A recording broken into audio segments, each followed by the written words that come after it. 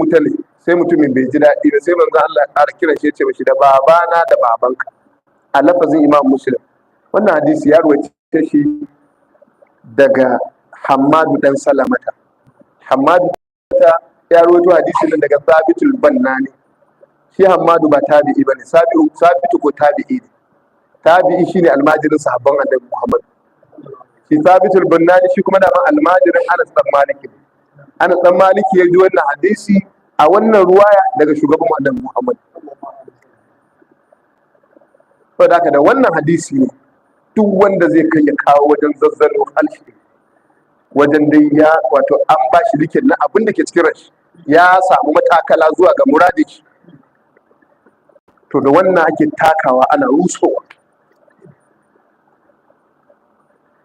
Da wannan hadisin ake takawa ana rusowa. To na farko dai shi hadisin da waɗannan akwai hadisai da yawa waɗanda ko magana ba za mu yi akan su ba. Akwai hadisin da sayyidina aka ce Jibrilu ya bugi kirjin shugaban Annabi Muhammad sallallahu alaihi wasallam, ya ce mashi menene manzo Allah sallallahu alaihi wasallam, ya ce laita shiri ma fa'ala abuwaya, ban san halin da iyayena suke ciki ba. Sai aka ce wala tas'al an ashabil jahim, kakka tsara tambaya akan mutanen wutar jahim. Wannan labari ne, shafa labari.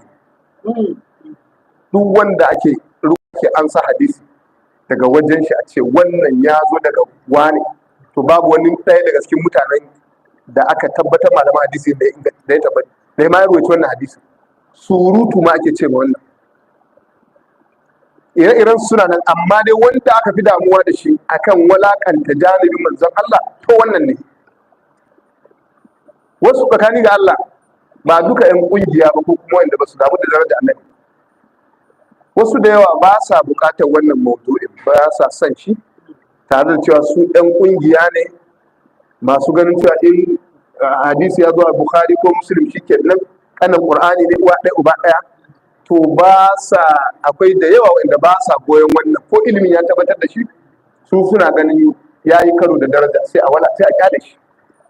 To na farko a gaya mutanen duniya wannan hadisin tare da cewa Muslim ne ruwaito shi to da'ifi. A cikin imamu kuna jin malamai suna faɗi da ɗan abin da muka bincika muka tabbatar cewa duk duniya ta yi ittifaqi sahihul Bukhari ingantaccen hadisi ne, hadisan shi ingantattu ne, amma ku sani fa a cikin hadisai 100 ya fitar da su, kuma galibin hadisan nan 100 sun cika sharaɗin shi da ya tabbatar da wannan hadisan 3,800 ko 4,000. To me yasa waɗancan ya yi ta tace su yana zubowa kuma sun kai daraja wannan hadisan? Kenan wannan sharaɗin nashi da ya ɗora, misali Imam Bukhari yake magana, da ya ɗora hadisan shi a kansu, shi da kanshi bayan ya ɗora hadisan sun hau wannan ma'aunin, amma ya ta fisge wasu yana wurgawa, ya ta fisge wasu yana, me yasa bai tabbatar da su ba?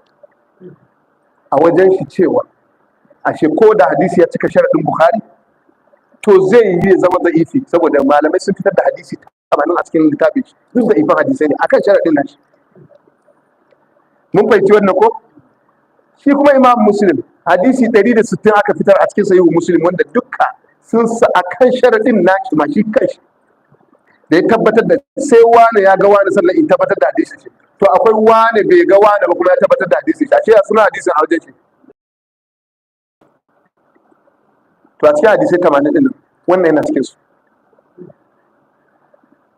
Dalili kuwa shi wannan hadisin abi wa abuka fil nari, al'umma ba ta yi ittifaqi akan wannan lafazin ba.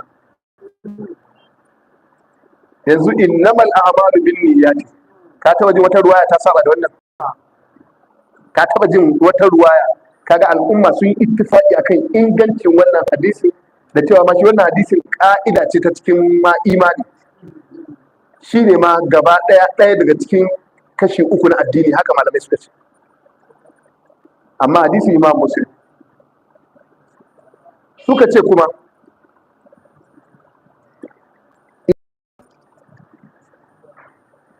tsakanin Bukhari da Muslim suka samu saɓani akan shehi ɗaya.